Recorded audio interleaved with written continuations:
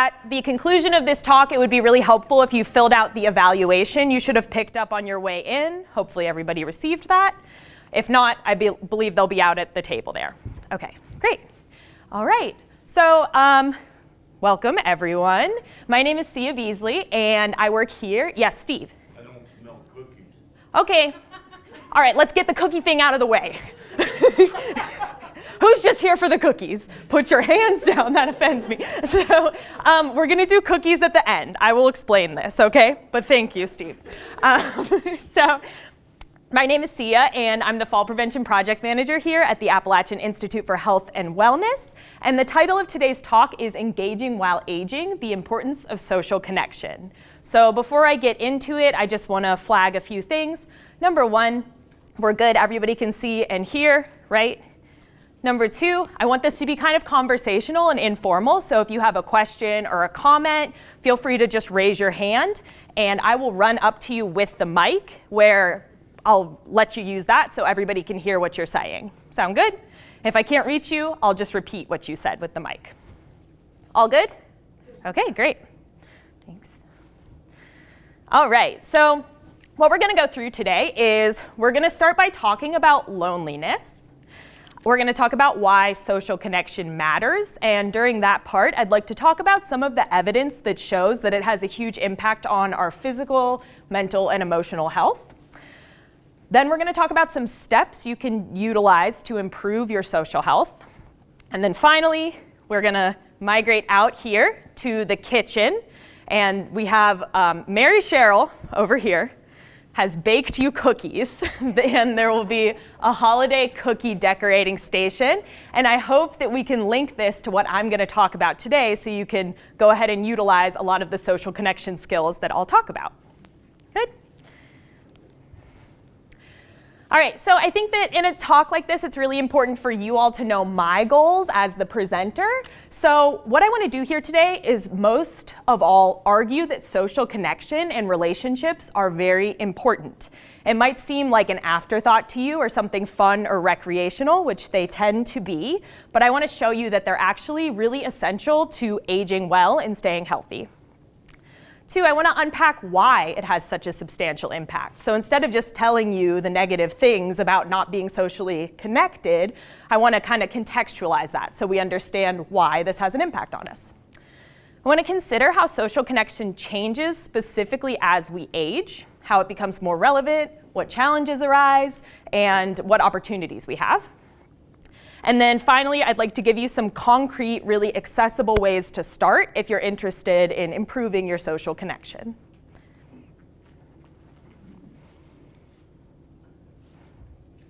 Okay, so before I get totally into it, like I said, I'm the Fall Prevention Project Manager here. So at the Appalachian Institute of Health and Wellness, we have a grant that funds us to implement 2 evidence-based health programs, Tai Chi for arthritis and fall prevention, and A Matter of Balance.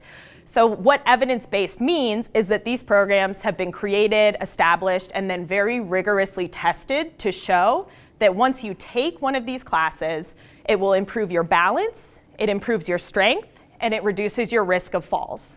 So 3 really physical kind of benchmarks that we know help people. So the reason that I'm here talking about social connection, despite my role as just the fall prevention person, is kind of evidenced in some of these photos. So these are all photos of our fall prevention groups. There's Matter of Balance classes, Tai Chi for arthritis. What are some things you can, right off the bat, identify about these photos? Quinn, yeah? People are hugging. Hugging, yes. Smiles, hugging, anything else? What do they have in common? Oh, yeah. I was going to say that they are the most attractive people I've ever seen. But yeah, good. So The same t-shirt shows there's an affinity of some kind? right, so the matching t-shirts shows a sense of affinity or kind of a community. Yeah, good. Yes, Nancy? To the Tai Chi. Yes, so the hand symbol, if you're not familiar with Tai Chi, this is what we learn in Tai Chi for arthritis. It's kind of a little greeting that represents strength, discipline, and friendship, and humility. So that's what they're doing in those pictures. But you've all identified exactly what I was talking about and something that I've seen firsthand. So when I started teaching fall prevention classes a few years ago, I knew when my group entered on the first day, I knew because they're evidence-based, people are going to leave with better balance, they're going to have a lower fall risk, they're going to be stronger and more active. But what the evidence-based kind of testing criteria doesn't account for is the things you've just talked about, these social relationships. So the nature of these classes is they happen over the course of 8 weeks. It's a group. You meet with these people consistently. We see people forming relationships with one another, meeting new friends, those friend groups kind of continuing on past the duration of the class. And that changes people's lives. And I can say that because I have seen it time and time again. And I think we have several fall prevention class instructors and class participants in here who can likely attest to that, right? Yes, yes, good. So that's what brings me here talking about social connection. Okay, so let's start with this. This is the 2023 Surgeon General's report, the Surgeon General being the nation's doctor. So this was published very recently, last year, titled On Our Epidemic of Loneliness and Isolation. So this is important to think about and talk about because we know loneliness isn't good, right? And we know isolation isn't good. But it was dubbed important enough by the Surgeon General to publish a all-expansive report defining why it's actually a public health crisis. So we might not necessarily think that being lonely is a health crisis, but through Dr. Vivek Murthy's kind of exploration, he decided that it really, really was plaguing our entire country. So this report is free to access if you just Google it. It's full of a lot of different narrative information and also some research. And I'm going to go ahead and read a quote from the opening page of it. When I first took office as Surgeon General in 2014, I didn't view loneliness as a public health concern. But that was before I embarked on a cross-country listening tour where I heard stories from my fellow Americans that surprised me. People began to tell me they felt isolated and insignificant, even when they couldn't put their finger on the word lonely. Time and time again, people of all ages and socioeconomic backgrounds from every corner of the country would tell me I have to shoulder all of life's burdens by myself, or if I disappear tomorrow, no one will even notice. So that's just kind of how the report opens. He talked to people across the country, and that evidence, those conversations where people were identifying how they were feeling, was enough to kind of cement this idea that loneliness is a really big issue in our country, and it really affects people's health and well-being. And since the publication of this report, we have been focused more on that in public health communities and community health, like where I work. And we see why it's so important to kind of foster social connection. Okay, so now I want to ask you, lonely, lonely, lonely. I've been saying it a bunch, but what actually is loneliness? Why is it this big cultural motif that comes up all the time? Hank Williams, so lonesome he could cry. We have Eleanor Rigby, the Beatles, look at all the lonely people. Big pieces of literature like 100 Years of Solitude. The classic childhood staple Eeyore that represents loneliness and sadness from Winnie the Pooh. Or these type of kind of post-apocalyptic movies where somebody wakes up and finds that they're the only person left on Earth. Why is that so scary to us? So if you had to just shout out some words or define loneliness, what is loneliness? What do you think that means? Yes? You can be lonely in the crowd. Yes. So I think it's connection. Connection. So he said you could be lonely in a crowd. So he defines it as connection. Good. Other ones? Anyone else? It doesn't matter if I live or die. I mean, it doesn't matter if I contribute or don't. Yeah. Nobody cares. Good. So she was saying the idea that it doesn't matter if I live or die, doesn't matter if I contribute or not, kind of what the Surgeon General's report was saying. Yeah. Other ideas? Yeah, Lindsay. Feeling like there's no one to support you? Yeah. Good. Other ones? Feeling like you're not a blip on anybody's radar. Feeling like you're not a blip on anyone's radar, Kathy said. Yes, good. So we're kind of in agreement. So let's actually go ahead and define it. So Loneliness is the distressing feeling of being alone or disconnected from others. I bolded the word distressing because that's critical to the definition. Loneliness isn't a good experience. It's something that causes stress and some kind of bad feeling. So what it technically is the difference between our perceived and desired social connections. So what that means, to really simplify it, is say that to feel connected, I need 10 really close friends. But in reality, I only have 3. So that shows that I have a difference in what I actually have and what I really want. And that is what creates that distressing feeling of loneliness. So the other thing about loneliness is that we've kind of noted here, it doesn't impact everyone the same way. It's a subjective experience, which is kind of makes it hard to pin down and identify a lot of times. And it's less about being alone and more about feeling alone. So loneliness is a feeling, so that's why it's different for everyone. It's not the same thing as social isolation. Could somebody define social isolation? Okay, I will. So, so of course, these two things are related, but they're different. We have a difference between social isolation is in the blue here and loneliness is in the orange. So social isolation is an objective lack of connectedness to other people, whereas loneliness is a subjective feeling. You're feeling like you're not connected to other people. And that's why the idea that we can be lonely in a crowd is definitely relevant.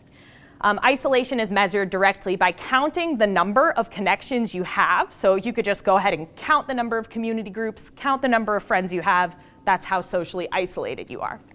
But loneliness is a state of mind. It's measured indirectly by asking somebody how they feel.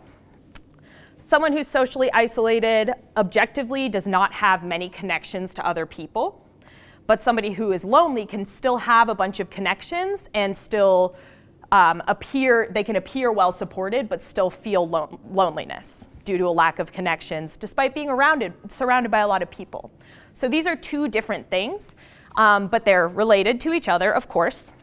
But something to note is that in all of our research, it's pretty well documented that social isolation is not as detrimental to your health as loneliness is.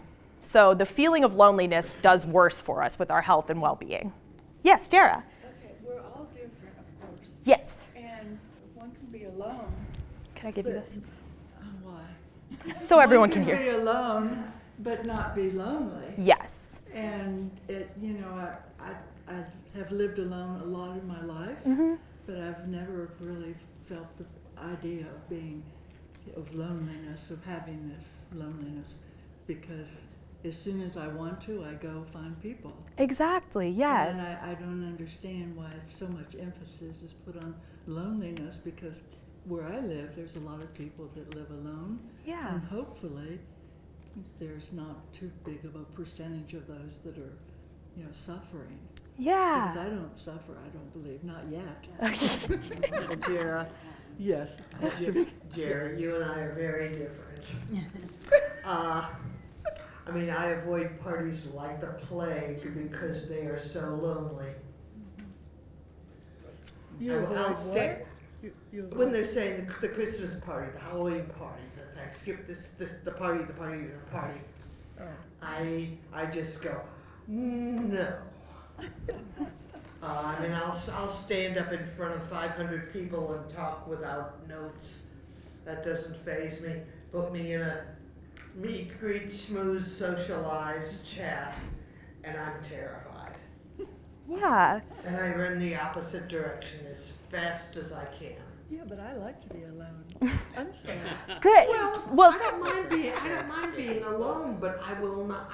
I cannot abide being in a crowd of people, because that is just flat out lonely. Okay. Thank you too so much for thank you for that. I think that was a really nice illustration of how subjective this experience is. So when I feel lonely, whatever's happening to me that's making me feel lonely, Jack might think that's the best day of his life. So it just depends person to person, and that's why it makes it so hard to pin down. But so thank you both for sharing that so much. Yes? And we'll have a knockdown, drag-out argument. Just do it in the parking lot, please. Thank you. Yes. And developing the art of Yes. Very effective counter to loneliness. Absolutely. So he said, can developing the art of conversation be counter to loneliness? Yes, because it's all about deepening how connected you feel to other people. So we will definitely talk about that in a little bit. Thank you so much for that comment. And yes, again, thank you too for sharing that. It is subjective. And the interesting thing is, with social isolation, somebody could have a really high degree of social isolation. Say that they are not mobile, they don't drive, they're at home all the time by themselves, but maybe they have a really robust, deep relationship that they keep with someone with video calls or on Facebook Messenger. So those things can keep you connected. So, you know, there's a lot of different ways to define these things, and we're all going to feel differently. Okay. So let's talk about how this connects to our health and our well-being and aging well, where it's situated in our conversation of aging healthily. The Harvard Study of Adult Development. Who has heard of this before? Yes? Good. So this is a very famous study that is actually still ongoing because it was really groundbreaking in what it accomplished. So let me tell you about it. In 1938, these researchers enrolled 268 college Harvard sophomores, all men because Harvard College was all male at the time. Simultaneously, another study was happening where they enrolled, I think it was 47 men from inner city Boston, a really impoverished area, to kind of act as the control group for these men. So after enrolling these men, they tracked them over the course of 86 years. And at this point, the study has gone off, and now they're looking at their children and other relatives. I think as of right now, there are still 10 living, and they're in their hundreds. So they continue to be tracked. What the tracking consists of were several measures of physical health. They would come in every 5 years and do a full physical, blood work, cholesterol, all those kind of basic health measurements that we have. There were kind of questionnaires about their lives, their mental health, their emotional experiences, and then they also conducted regular in-depth interviews to learn more about what the men were experiencing, how they were feeling. They involved their families in these interviews to really get a full picture of their lives and their health. And the other really remarkable thing about this, why the results are so interesting, is this is a really high retention rate. So of those 268 men originally enrolled in 1938, only 22% of them dropped out of this study before dying. So that's really, really high. So the researchers, why did they do this? They had one very, very simple question going into this, which was, what makes a good life? And that's why they considered so many of these different things, the physical, the emotional, social. And so I'm going to go ahead and let the current director of the study, Robert Waldinger, he's the fourth director of this study because it's kind of like people aged out of it, and he carries it on. So I'm going to let him explain. So what have we learned? What are the lessons that come from the tens of thousands of pages of information that we've generated on these lives? Well, the lessons aren't about wealth or fame or working harder and harder. The clearest message that we get from this 75-year study is this: good relationships keep us happier and healthier, period. We've learned three big lessons about relationships. The first is that social connections are really good for us, and that loneliness kills. It turns out that people who are more socially connected to family, to friends, to community, are happier, they're physically healthier, and they live longer than people who are less well connected. And the experience of loneliness turns out to be toxic. People who are more isolated than they want to be from others find that they are less happy, their health declines earlier in midlife, their brain functioning declines sooner, and they live shorter lives than people who are not lonely. And the sad fact is that at any given time, more than 1 in 5 Americans will report that they're lonely. And we know that you can be lonely in a crowd and you can be lonely in a marriage. So the second big lesson that we learned is that it's not just the number of friends you have, and it's not whether or not you're in a committed relationship, but it's the quality of your close relationships that matters. It turns out that living in the midst of conflict is really bad for our health. High conflict marriages, for example, without much affection, turn out to be very bad for our health, perhaps worse than getting divorced. And living in the midst of good, warm relationships is protective. Once we had followed our men all the way into their 80s, we wanted to look back at them at midlife and to see if we could predict who was going to grow into a happy, healthy octogenarian and who wasn't. And when we gathered together everything we knew about them at age 50, it wasn't their middle-aged cholesterol levels that predicted how they were going to grow old. It was how satisfied they were in their relationships. The people who were the most satisfied in their relationships at age 50 were the healthiest at age 80. And good, close relationships seem to buffer us from some of the slings and arrows of getting old. Our most happily partnered men and women reported in their 80s that on the days when they had more physical pain, their moods stayed just as happy. But the people who were in unhappy relationships, on the days when they reported more physical pain, it was magnified by more emotional pain. And the third big lesson that we learn about relationships and our health is that good relationships don't just protect our bodies, they protect our brains. It turns out that being in a securely attached relationship to another person in your 80s is protective. That the people who are in relationships where they really feel they can count on the other person in times of need, those people's memories stay sharper longer. And the people in relationships where they feel they really can't count on the other one, those are the people who experience earlier memory decline. And those good relationships, they don't have to be smooth all the time. Some of our octogenarian couples could bicker with each other day in and day out. But as long as they felt that they could really count on the other when the going got tough, those arguments didn't take a toll on their memories. So, this message that good, close relationships are good for our health and well-being, this is wisdom that's as old as the hills. Why is this so hard to get and so easy to ignore? Well, we're human. What we'd really like is a quick fix, something we can get that'll make our lives good and keep them that way. Relationships are messy and they're complicated, and the hard work of tending to family and friends, it's not sexy or glamorous. It's also lifelong. It never ends. The people in our 75-year study who were the happiest in retirement were the people who had actively worked to replace workmates with new playmates. Just like the millennials in that recent survey, many of our men, when they were starting out as young adults, really believed that fame and wealth and high achievement were what they needed to go after to have a good life.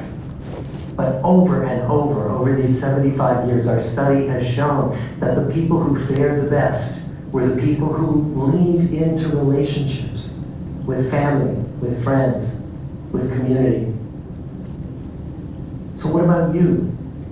Let's say you're 25, or you're 40, or you're 60. What might leaning into relationships even look like? Well, the possibilities are practically endless. It might be something as simple as replacing screen time with people time, or livening up a stale relationship by doing something new together, long walks or date nights, or reaching out to that family member who you haven't spoken to in years, because those all too common family feuds take a terrible toll on the people who hold the grudges. I'd like to close with a quote from Mark Twain. More than a century ago, he was looking back on his life, and he wrote this: "There isn't time, so brief is life, for bickerings, apologies, heartburnings, callings to account. There is only time for loving, and but an instant, so to speak, for that. The good life is built with good relationships. Thank you.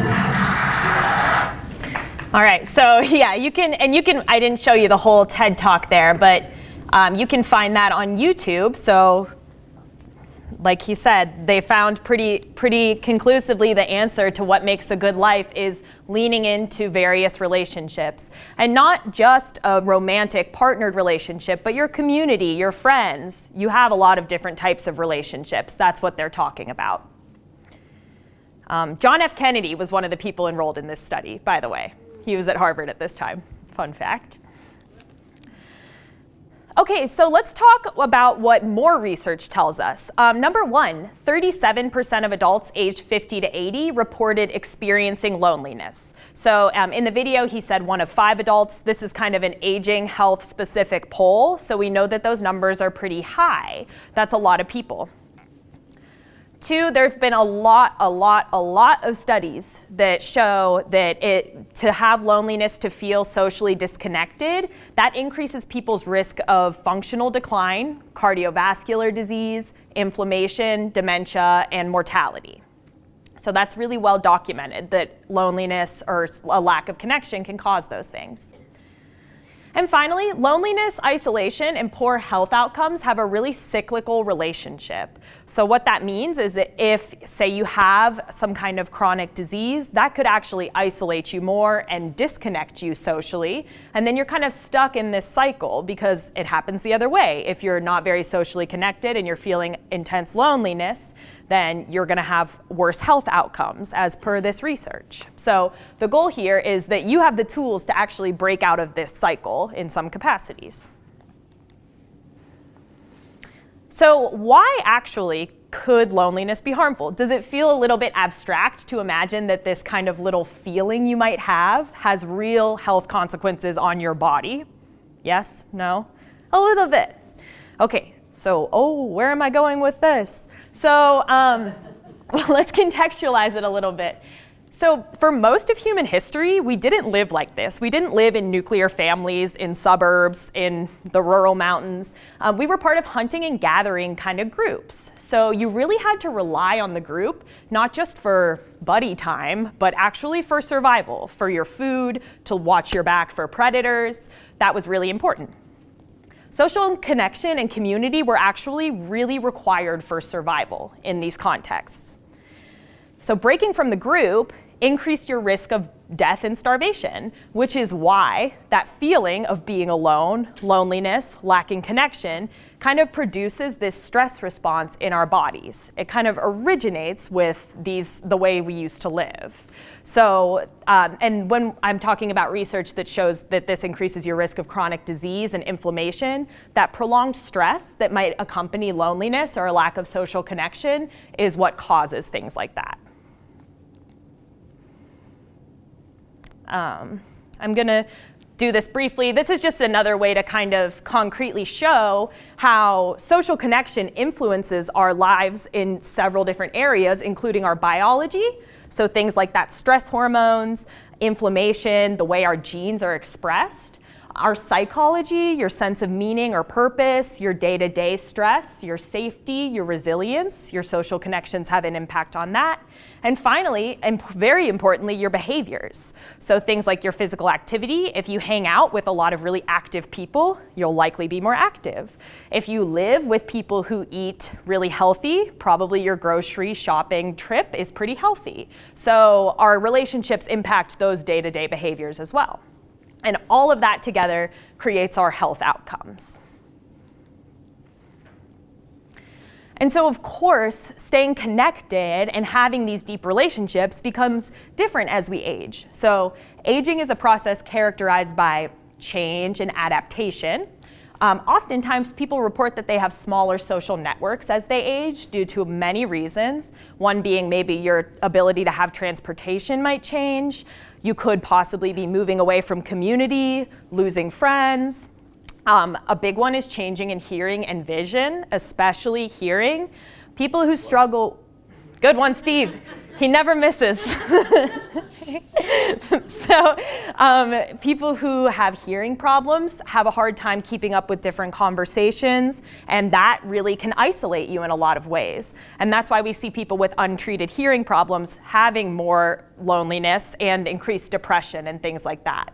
So if this applies to you, get your hearing checked. Our clinic does hearing aids.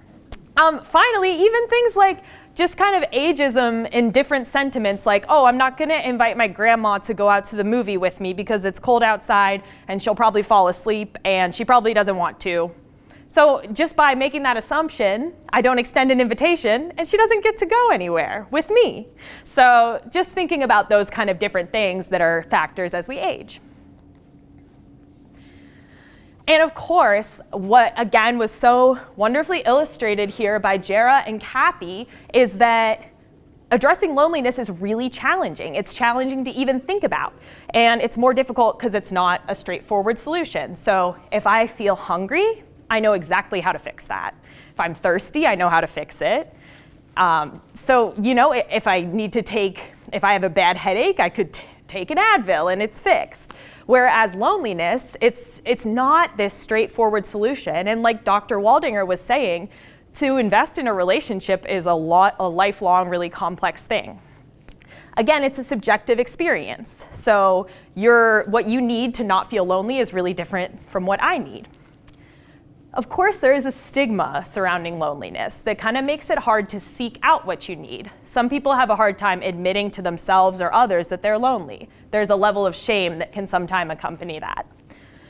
And then finally, of course, not even knowing where to start, okay? So I feel lonely, what do I do, right? So these things kind of make it a little bit more difficult to just fix it, be more connected. So let's talk about where to start. I want to just reframe how we're thinking about when we're thinking about relationships. Connection is a really powerful tool. Things run better when we're connected, when we have community, when we have groups. We've seen that time and time again in history. The good news, too, is unlike many, many health problems that we're facing, to fix a loneliness issue only requires what you have with you right now. You don't need to go get a prescription. You don't need to change your diet. You don't need to buy a gym membership and new running shoes. You have it sitting where you are right now. You have everything you need to improve your social health. And then, of course, like I've been talking about, there's several long-term benefits, but there's also immediate relief. Tell me if you can relate to this experience. Maybe this happens to me. Say something early on in the day really upsets me. And I spend my day really kind of ruminating on it, thinking about it, and I'm getting increasingly upset by that. And then at the end of the day, I call my mom or I go home to someone and I just tell them everything about it. To me, that experience of kind of telling someone about something that's upsetting me results in immediate relief, like I feel it in my body. Does anybody have an experience like that? We're just letting something go. So there's long-term health benefits, but there's also this kind of short-term relief that you can access through improving your social connections. Let's talk about some practical tips to connect that might be helpful. Number one, of course, because loneliness is this really subjective experience and the number of our social connections are subjective, you kind of have to begin with a level of reflection, which it sounds like many of you have started to do. I'm going to flash a really word-heavy slide here. This is called the UCLA Loneliness Scale, and it's evolved over time, but it's typically what we use in research to kind of gauge loneliness. Let me just read some of them to you. How often do you feel that you are in tune with the people around you? How often do you feel alone? How often do you feel a part of a group of friends? How often do you feel that your interests and ideas are not shared by those around you? How often do you feel close to people? It's a 20-question survey. An interesting one, I think, is how often do you feel shy? How often do you feel that people are around you but not with you? How often do you feel left out? So you can look this up as well. It's the UCLA Loneliness Scale. And it might be a good place to just kind of gauge with yourself how often you really are feeling isolated or disconnected. 2, start with things you already enjoy. You don't have to go out and start rock climbing if you've never done it before in your life just to be a part of a group and make new friends. So start with the things you like. Say you go to a church you're really enjoying, but you still feel like you don't have many relationships within the congregation. Explore within that. Stay in your comfort zone. You can do this within your comfort zone. 3, ask questions and meet people with curiosity. Somebody back here, that was a really good point about the art of conversation. It's a really good skill to be a good conversationalist, but the easiest way to get there is just always entering an interaction with curiosity and asking questions, asking more than you're talking. People really like to talk about themselves, so that's a really good way to connect. Yes, Steve? It says begin with reflecting. Yes. There's a lot of people that look in the mirror and they don't like what they see. Yes. So that's the start of a lot of problems. Yes. You gotta see the person, who you are, and accept what you are. And you don't worry about who likes you, who doesn't like you, and just make life better. Yeah, good. Thanks for that, Steve. Yeah, Steve's talking about the importance of reflection and how that's not maybe something we do all the time, but it can really change your life if you're aware of yourself. Okay, set yourself up for success. So a lot of the times you might be thinking, I'm lonely, I'm isolated, there's this party I really don't want to go to, but I'm going to force myself to go. So you drag yourself there and you sit in the corner pouting, and you've made no new friends. So a lot of the times if you kind of set yourself up by doing a lot of these things, reflecting, staying within your comfort zone, doing things you already like doing, it's easier to create those connections. And finally, and I think most importantly, is making it a priority and exercising the muscle. So like we're talking about, you think of hanging out with your friends as something fun and recreational. What if we reframed this, because we know that there's a ton of health benefits to doing so? What if you thought about it as your daily exercise routine, or your diet, or just the number of prescriptions you're taking? What if you factored it in like that? Prioritized it, made time for it, to really connect with people, because we know it is really protective for our health. So you have to continue to prioritize connecting to other people. More just general tips if you're at a loss. Maintain your current connections. In the TED Talk, he mentions reaching out to a relative you haven't talked to in a while. You already have that connection. There's an easy place to start. Start with someone you already know. Volunteering, of course, is always a really good way to meet people with common interests. Considering a pet, that's another thing. So maybe I need deep human conversation to feel not lonely, but some people just need a presence with them. So are you that type of person? Could a cat really help you? Cat could help me. So find support. There's a lot of resources we have in our community. In this clinic, support groups for different people experiencing different issues in their life. Really tap into those things. Those are really safe spaces to kind of start. You can, of course, start a new hobby. Daily connections, also an easy starting place. You go to the grocery store, you strike up a pleasant little conversation with the cashier. That kind of stuff can make my day, and it often makes the other person's day too. So don't underestimate that connection. Finally, who has an intergenerational friend? A friend of a different age? Yeah, good. That's really, really good for everyone involved. So there's a lot of different research on how that benefits both parties.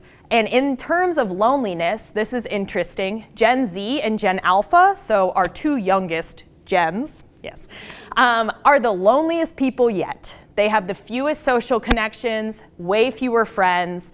They don't leave their houses very much. It's completely different than all of these generations moving forward. So you connecting intergenerationally with a person from one of those generations, you're helping everyone. You're helping yourself and you're really helping them, because that's going to be a long life based on that trend. Okay, so finally, here is an opportunity to use what you've learned. I'll stay for a second for questions, but I just want to explain what's going to happen next. If you walk out of this room and take a left, there's a little kitchen area where Mary Cheryl has set up a holiday cookie decorating kind of activity and station. On the tables there, I've printed these out, laminated them so you can get icing on them. And what they are just kind of some places to start. So. Yeah, I try to, thank you. So these are just kind of 6 really standard questions, nothing super, super personal, really easy things to talk about. So perhaps you're decorating a cookie and you strike up a conversation with someone about the most beautiful place they've ever been. So these are gonna be on those tables for you to kind of talk as you're decorating if you would like to do that. So hopefully that's helpful. And then I'll take questions as well, but again, we'll see you next year, in the next calendar year. And I wanted to leave you with the same Mark Twain quote that Dr. Waldinger read. There isn't time so brief as life for bickering, apologies, heartburnings, callings to account. There is only time for loving and but an instant, so to speak, for that. Thank you very much. And I'll take any questions if you have them. Thank you. Yes, Paula. Paula, let me give you the microphone. Well, this was very informative, and that's why I came, to see what the schools are teaching the young generation about the older, when some of them are as lonely or more so than that's what I learned. Mm-hmm. I didn't. Well, of course, the box, I call it the box. The internet is something that has distracted, and so it's obvious, and it's very dangerous. I don't use it in my life. I want face-to-face time and talking on the phone and have tea with me at 3.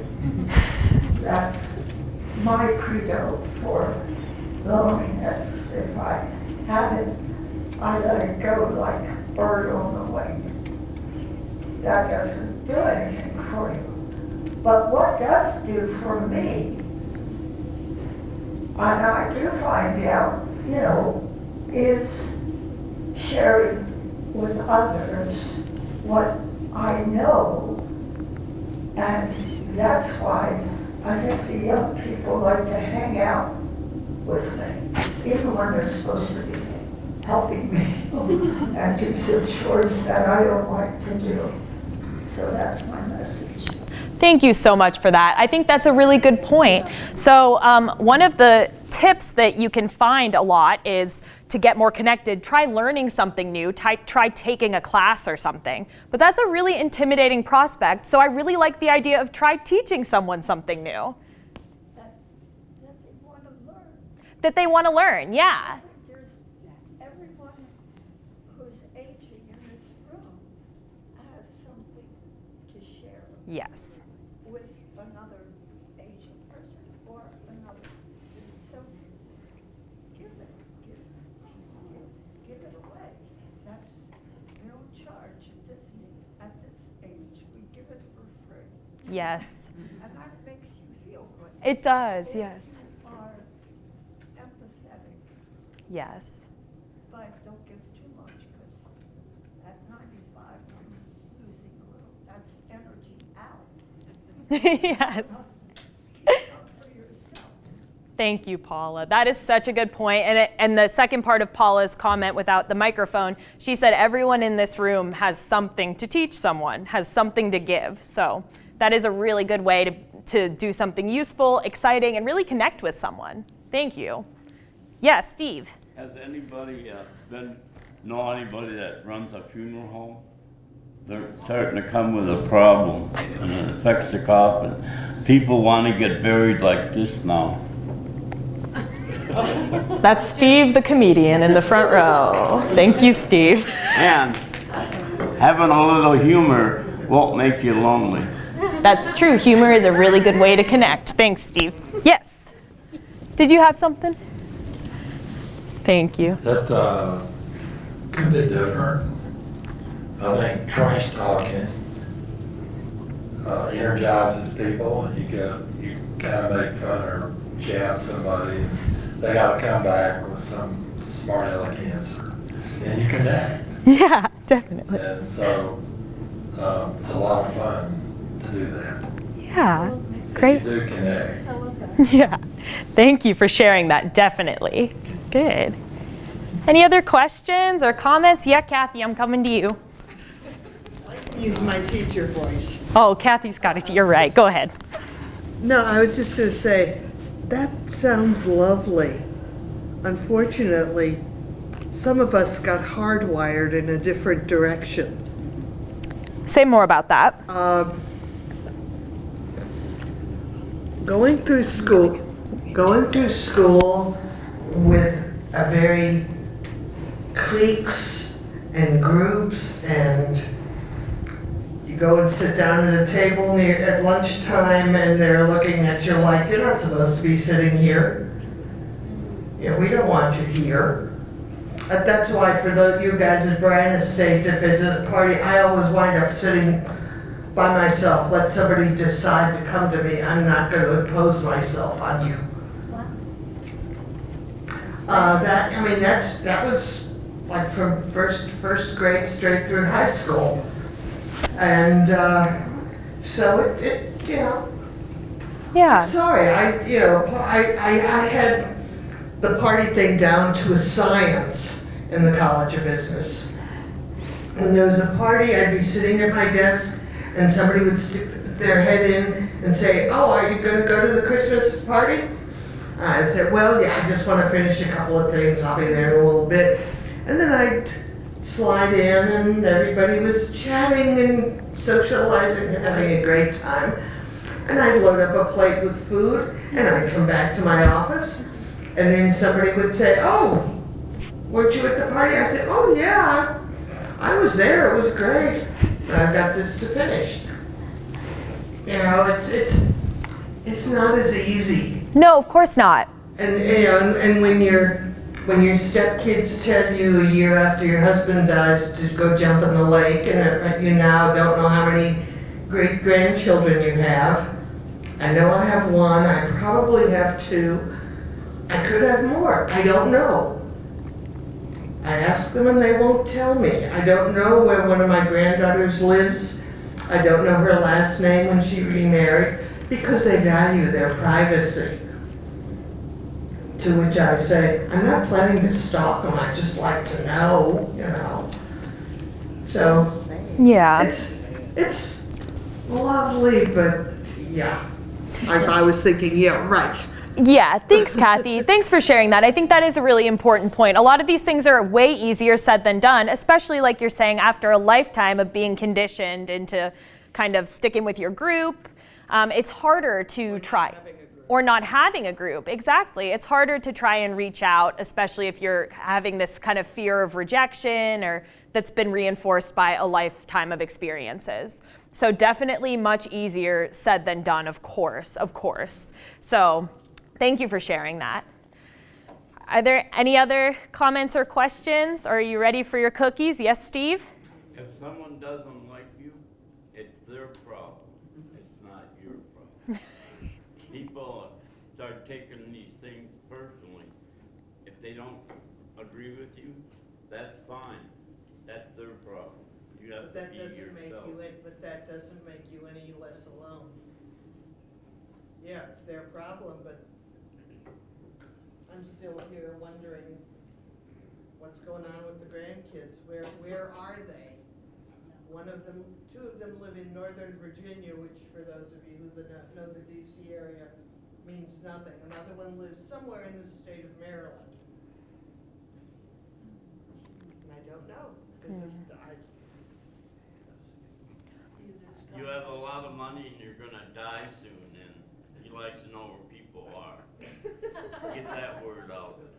Yes, I think, thanks for that. Thanks, Steve. I'm not going to tell the church to tell them when I die. They can find out on Facebook.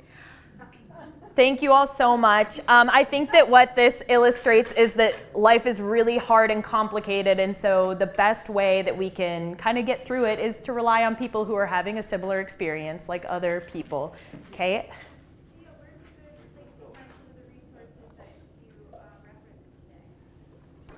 You're my friend.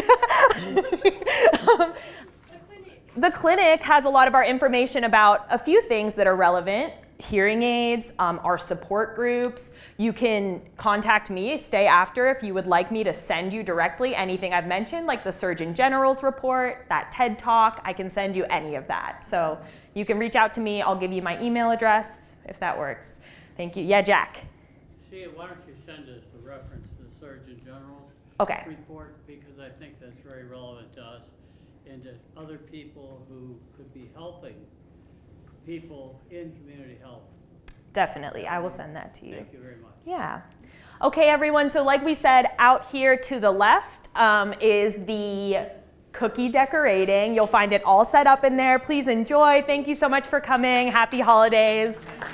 Thank you.